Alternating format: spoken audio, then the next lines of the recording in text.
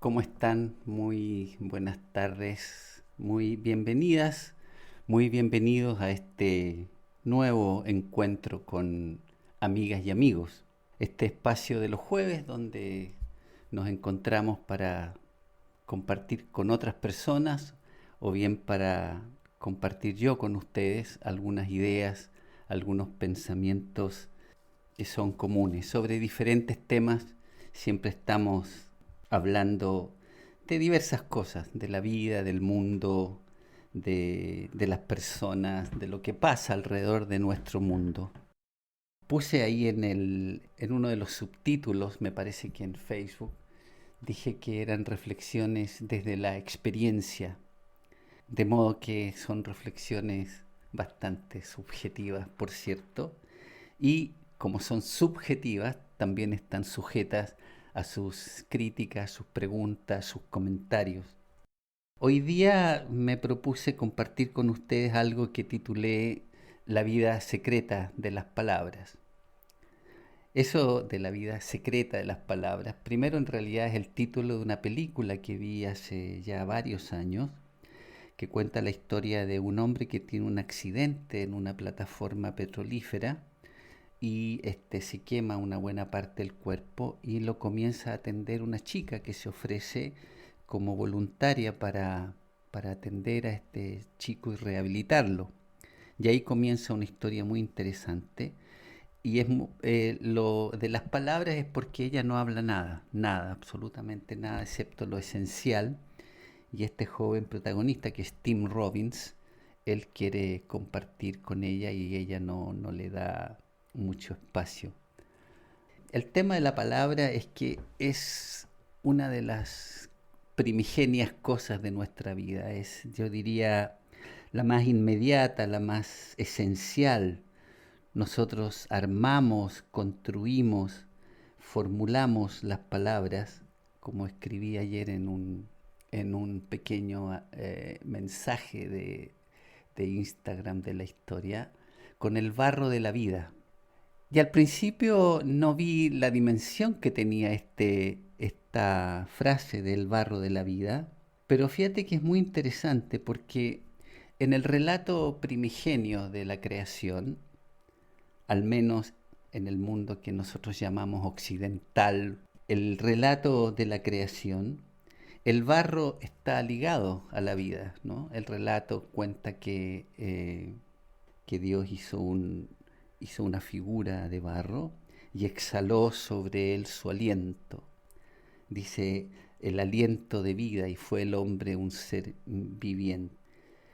Pero es muy interesante porque en el Evangelio de San Juan dice que en el principio era el verbo, en el principio era la palabra. Así que si uno suma, junta todo esto, el barro, el aliento de vida, y que este hálito de Dios es la palabra, porque dice que en el principio era la palabra y que por la palabra fueron hechos los mundos.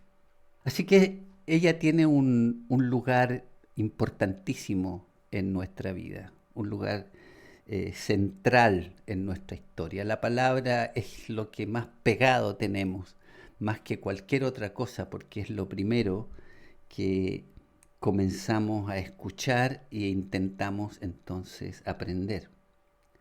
Y así la palabra nos sirvió para nombrar, nos sirvió para juntar la cosa con el objeto o la cosa que le correspondía. Con el sonido, hay un sonido y hay una cosa que le corresponde. Y me estaba acordando hace un ratito, antes de comenzar con ustedes, de una escena de una película que se llama Erin Brockovich, que es la historia de una joven que es desempleada, que se pone a trabajar en un estudio de abogados y inicia una investigación sobre la contaminación que cierta compañía de agua estaba haciendo al suelo, a las napas subterráneas y que estaba causando enfermedades a personas que vivían en el sector. Y esta chica trabajaba hasta tarde en la noche visitando a las personas para desarrollar un proyecto para hacerle un juicio a esta empresa. Entonces su compañero, su novio, su pareja, se queda con los chicos. Entonces una noche ella viene manejando de vuelta a casa tarde y le dice, cuéntame algo porque si no me voy a quedar dormida, le dice. Entonces él le dice, ¿sabes que la nena, la más chiquitita, dijo su primera palabra? Y bueno, ella se quedó escuchando y le dice, estaba así como de repente mirando y había una pelota. Y de repente ella la miró y dijo, pelota. Y entonces eh, él le relata de una manera muy poética, si se pudiera decir, cómo ella miró este objeto y de pronto pronunció la palabra. Y a mí lo que me conmueve de esa escena es que precisamente es eso a lo que me refiero, cuando por fin, siendo niños, podemos hacer corresponder un sonido que hemos escuchado. Seguramente la nenita había escuchado muchas veces la palabra pelota, tal vez algunas veces había visto a sus hermanos mayores jugar con ella, pero de pronto ella mira la pelota y relaciona esa palabra con el objeto y aprende una nueva palabra. Y siempre yo doy clases de inglés a personas que lo requieran, inglés conversacional, inglés básico. Y yo siempre les digo que el inglés o cualquier idioma deberíamos aprenderlo de la misma manera que nosotros aprendemos a hablar. A nosotros no nos dan reglas ortográficas, la mamá no nos dice, mira, pelota se escribe así, o taza se escribe con Z, o azúcar lleva acento, no sé, no nos dice eso. Nosotros escuchamos los sonidos de niños y con el tiempo de pronto vamos escuchando, vamos entendiendo que azúcar, la palabra azúcar, tiene que ver con ese pequeño frasco que está ahí en la mesa cuando se va a tomar el té. Y de pronto entonces azúcar tiene cuerpo ahí.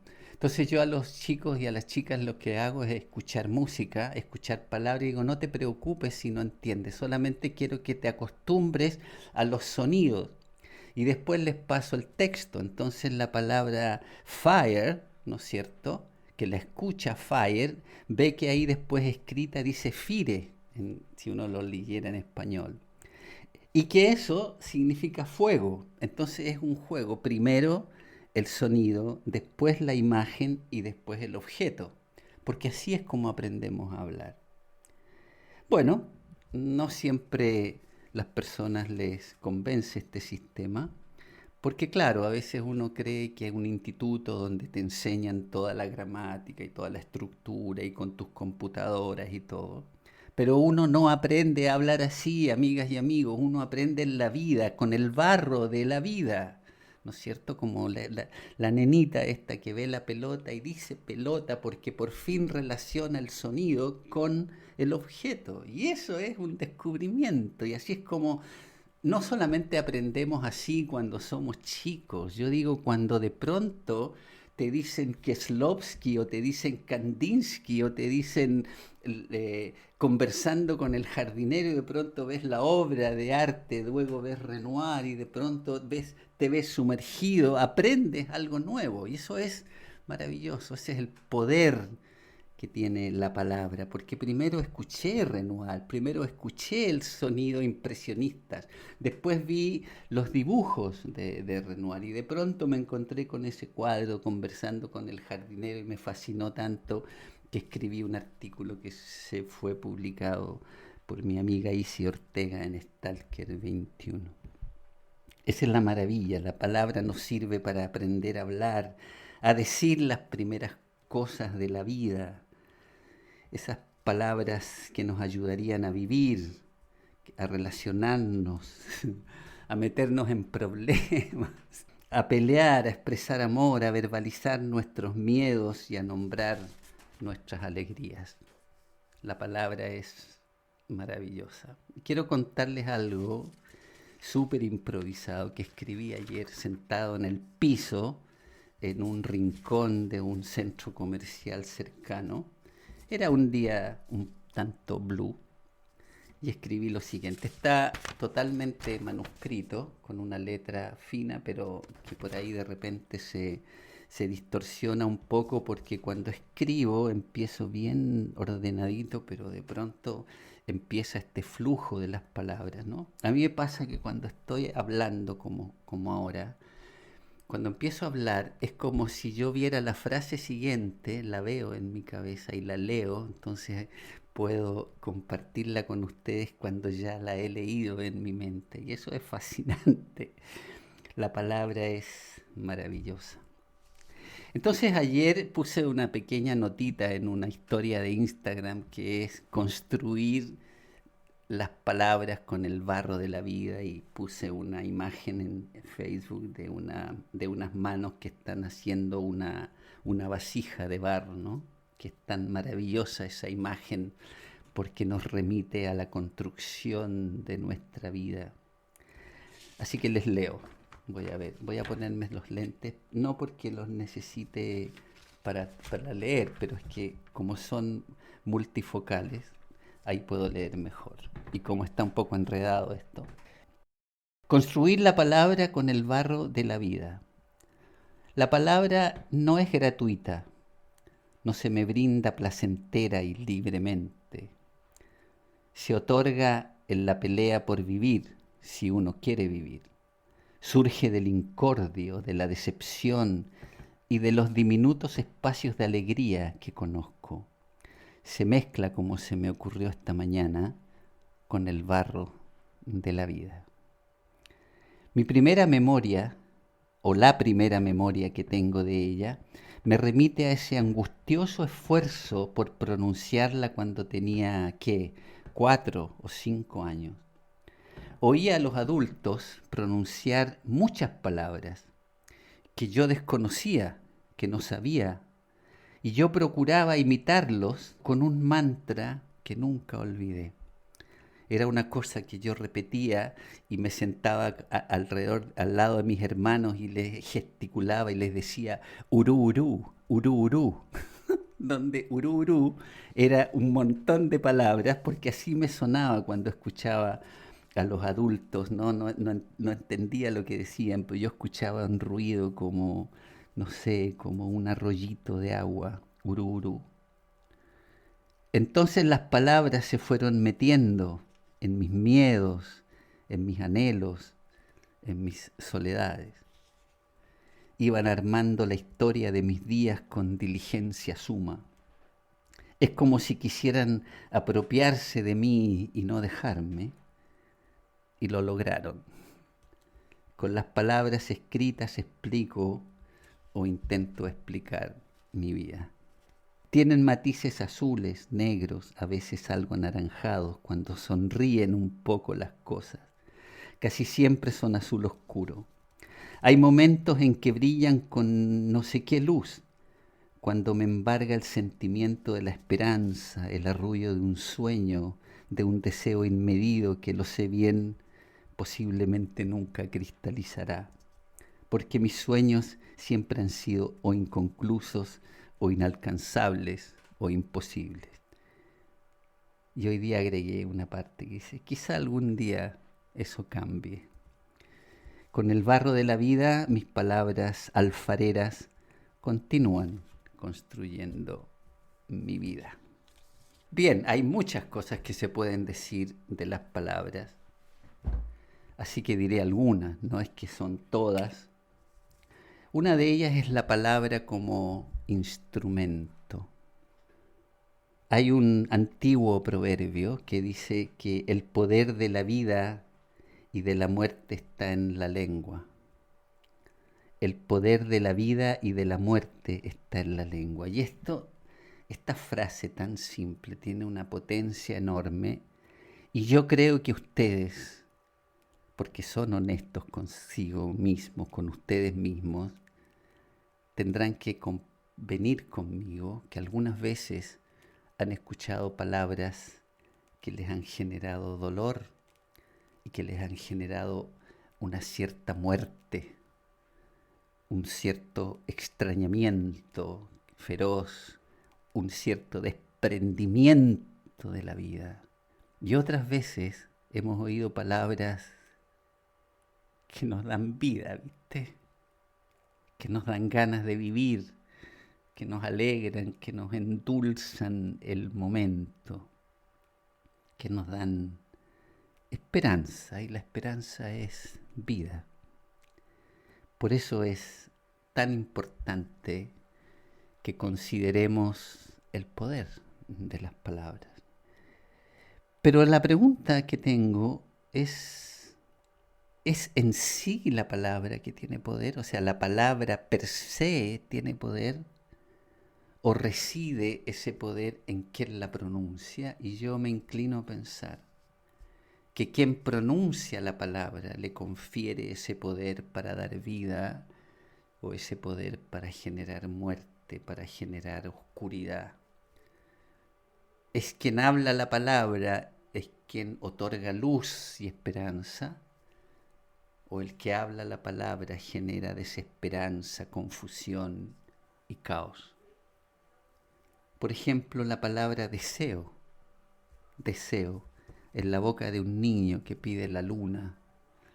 Esa palabra tiene un poder dulce, un poder como leí el otro día a mis estudiantes del taller literario el cuento del Príncipe Feliz, que fue el único cuento infantil que memoricé para siempre y que me di cuenta que no es un cuento tan infantil, es de Oscar Wilde, que en realidad es un cuento que da testimonio de la injusticia social y que habla de una historia de amor hermoso pero imposible. El Príncipe Feliz de Oscar Wilde. La palabra deseo en la boca de un niño que pide la luna no suena igual que en la boca de un asesino que está tomando una vida, porque la toma por deseo de violar o por deseo de asesinar o por deseo de robar. Entonces la misma palabra tiene distintos poderes según quien la pronuncia. Por eso tiene sentido decir que el poder de la vida y de la muerte está en la boca, en la lengua, pero el poder está en la persona que la pronuncia y puede generar, como digo, alegría o puede generar dolor. Y la palabra adquiere la forma, el motivo y la intención de quien la pronuncia. Fíjate en esto. Escucha esto, una persona dice, amo la luz que me viene de tus ojos, amo tu risa, amo tu voz. Pero esa misma palabra en otra boca dice, amo el cappuccino vanilla, amo las alitas de pollo, amo el tiramisú. Entonces, esa palabra amo depende de quién, cómo, cuándo y por qué motivo se pronuncia, adquiere otro sentido. Por eso hablo de la vida secreta de las palabras, porque dentro de la vida de una persona que la pronuncia, ahí está qué es lo que va a querer esa persona al pronunciar aquellas palabras. ¿Quiere regocijarse en tu voz, en tu risa? ¿O quiere regocijarse en el hecho de que está a punto de tomarse un café, un capuchino con unas medialunas que había en Villa María, en Amélie, que son inolvidables, ¿no? Les digo con todo respeto que las medialunas argentinas son las más ricas que he comido en mi vida. No sé, me dicen que en Francia uno puede encontrar esas medialunas, pero veo bastante difícil que pueda ir a Francia a probarlas. Así que la palabra es un instrumento, puede ser un estilete o puede ser una caricia, puede ser ¿no es cierto?, un abrazo o puede ser un empujón. Otra cosa es que la palabra, como hablar de la palabra como esperanza, esa es una de las posibilidades de la palabra, que nos anime, que nos abra la puerta a lo que anhelamos. Desde algo tan simple como alguien cuando nos dice que tengas un lindo día, entonces es un deseo, una esperanza, como esta otra que dice que vayan sabiendo que más temprano que tarde se abrirán las grandes alamedas por donde pase el hombre libre. Un deseo que te para los pelos. Más temprano que tarde se abrirán las grandes alamedas por donde pase el hombre libre. Se ha tardado, pero la esperanza sigue firme. O cuando te dicen, ya vendrán tiempos mejores. Y a propósito de eso, me acordé de una admonición que alguien dijo, dice, espera lo mejor y prepárate para lo peor. De manera que si te llega lo peor estás preparado, pero si te llega lo mejor, entonces es doble alegría. Así que la palabra también puede generar esperanza, puede generar el entusiasmo para seguir adelante. Y finalmente, hablarles acerca de la palabra como camino al corazón. Imaginen palabras que preguntan, interesadas, genuinamente. Palabras que acercan un interés. O piensen en palabras de agradecimiento. Gracias. Por favor y gracias. Tengo una anécdota permanente, especialmente con los argentinos. Por alguna razón, yo creo que era chico, mis padres me deben haber infundido eso y luego lo desarrollé en este ambiente que estuve muchos años de la misión cristiana. Es decir, gracias. Y me acuerdo que en Argentina decía, ya para de decir gracias. Y que a veces hasta contagia a las personas y terminan diciéndome gracias de vuelta. Pero no sé, yo creo que el agradecimiento refleja algo muy vital. Es que tú estás diciendo, reconozco que lo que me aportas, que lo que me dices, que lo que haces por mí, me da vida, me extiende, me agranda, me sirve, me consuela, me acompaña. Entonces, gracias. En la escritura se habla de eso mucho en la Biblia. Ser agradecidos, ¿no? A veces me cuesta yo decir gracias para arriba o para ciertas situaciones que tengo en mi vida. Pero me acuerdo que Mabel, mi psicóloga, me decía, ¿por qué no todos los días escriben unos papelitos, con agradecimiento, ¿no? Y llenas este frasquito. Y si yo abro uno, dice, no sé, estoy agradecido por el día hermoso, por esta semana, por el taller de esta noche, por las gratitudes, el libro que me regaló Hani. Y así, hay papelito. Entonces a veces tengo que abrir este tarrito, ¿no es cierto? Y tirar algunos de estos y leer qué gratitud hay hoy día. Bueno, por la quimio y la maquinita que están para cuidarme, las charlas tan preciosas y valiosas, la familia. Mira, hoy día justo los vivos del jueves, gracias por eso y por el taller de literatura. Y eso me hace acordar que tengo muchas razones para dar gracias. Las palabras sinceras de elogio por algo que has hecho bien, por algo que ha quedado hermoso, por algo que hiciste y está bonito. La palabra que comprende, que abraza, que espera en silencio después de ser pronunciada con gentileza. No sé, hay palabras que pueden sanar tanto una vida cuando hay cansancio, cuando hay desesperación, cuando hay angustia. Palabras que vengan acompañadas de un abrazo fraternal y decir, mira, no sé si eso se va a resolver, pero estoy contigo. Y te quiero y aquí estoy y puedes contar conmigo. Estas son palabras contra las cuales no hay cerrojo, contra las cuales no hay resistencia.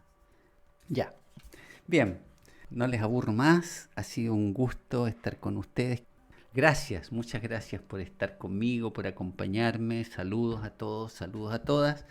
Y nos encontramos el próximo jueves, si todo sale bien. Nos vemos. Muchísimas gracias.